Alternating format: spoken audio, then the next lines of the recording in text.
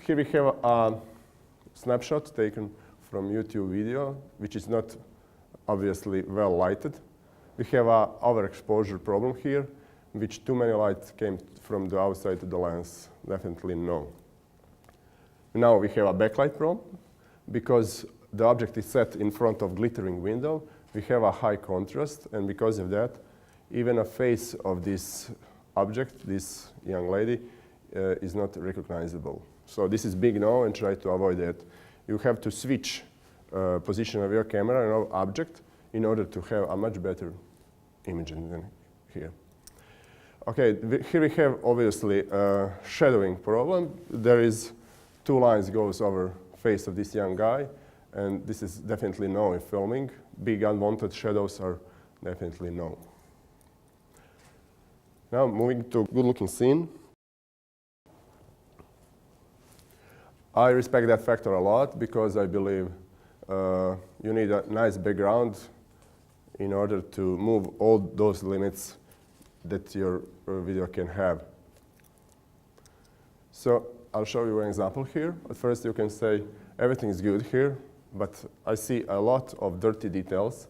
I see a sink, reflection in the mirror. I see a toilet paper even a toilet sign here. So definitely I'll advise my crew to cover or fix all these details. If that is not possible, I would advise them go to another location. It can be very simple background behind the object in order to have a very good video. I'll show you one sample from our video made for a client in Croatia. And it shows that even with flat and simple background behind the object, the video looks much better than previous one. You must admit that. You see the difference. Okay, here we have another background, and I would advise go and choose more exciting colors than these greenish, grayish colors we have here. And keep away from unwanted objects. We had curtains here, and we have many not necessary details on this set. You have a very ugly sign here. You have ice cream, even an ice cream you have even on this. This is probably not important for all the interview, so I would say that it's pretty bad chosen location. So think about your scene, how background behind the object looks like, and think what can be done in order to improve aesthetics of the scene. With just a few smart and precise movements, a lot can be done for your video quality. Moving to filming skills, there is no doubt that experienced cameraman will make better video than beginner, but there are good news here too. Accept talent.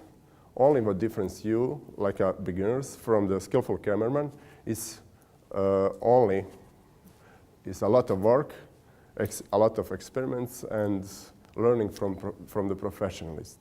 In order to speed up this process, making you a skillful cameraman, I would like to share a few advices with you.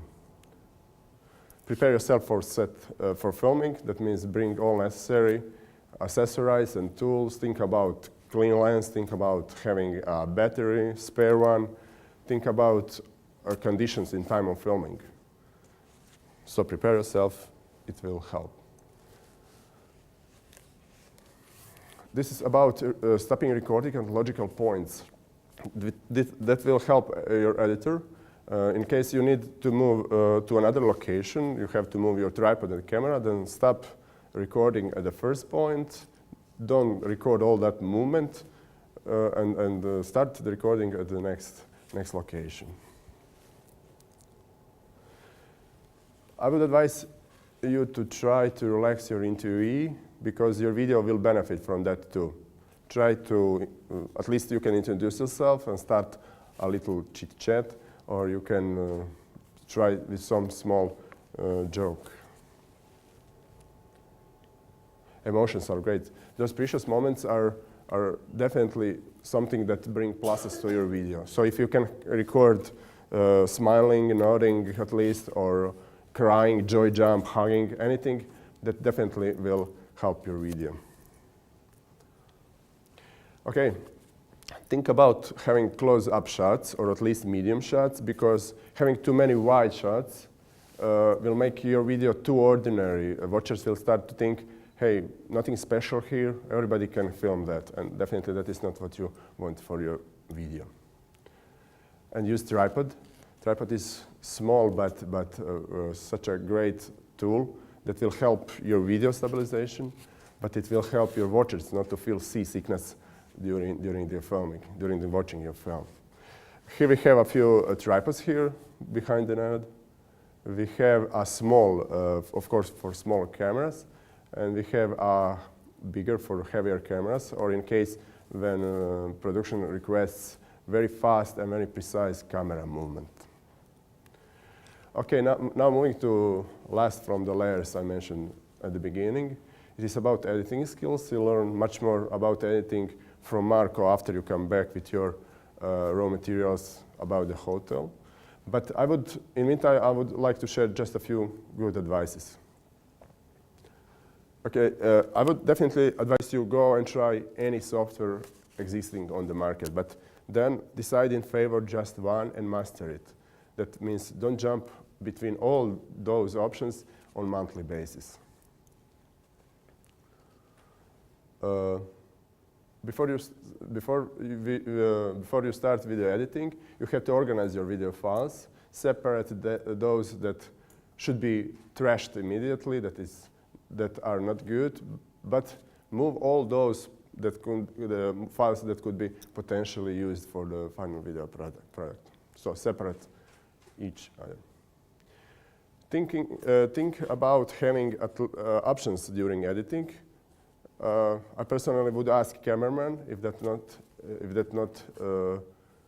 that is possible, to take more than one shot, to take more than one take, because the editor likes to have option to have a good material and to have a little, maybe even better shot. Okay.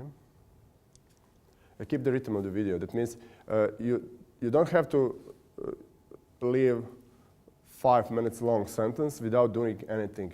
You have to do something with that in order to keep watchers' focus. You can apply filler shots. You can apply some animation, some flying in subtitles, something like that, in order to improve the dynamics of the video. This is very important advice, I think, especially for the beginners, because they tend to use any single animation or any single effect they'll find in your editing software. But this is pretty of those effects you'll find in editing software are not so cool. Like in this example, I'll show in a second. We have a pretty shaky video here, and we have definitely out transition, and after that we have even worse transition. This is pretty out. This is not professional, and I would advise not do that in editing. However, I would like to finish with one good example how skillful editor can help your materials, and that is this sample.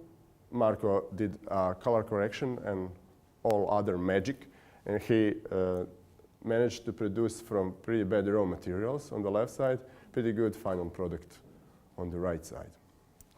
So this is it for me for now. I'll be able to answer any question you have during the break or right now, and thank you for your attention.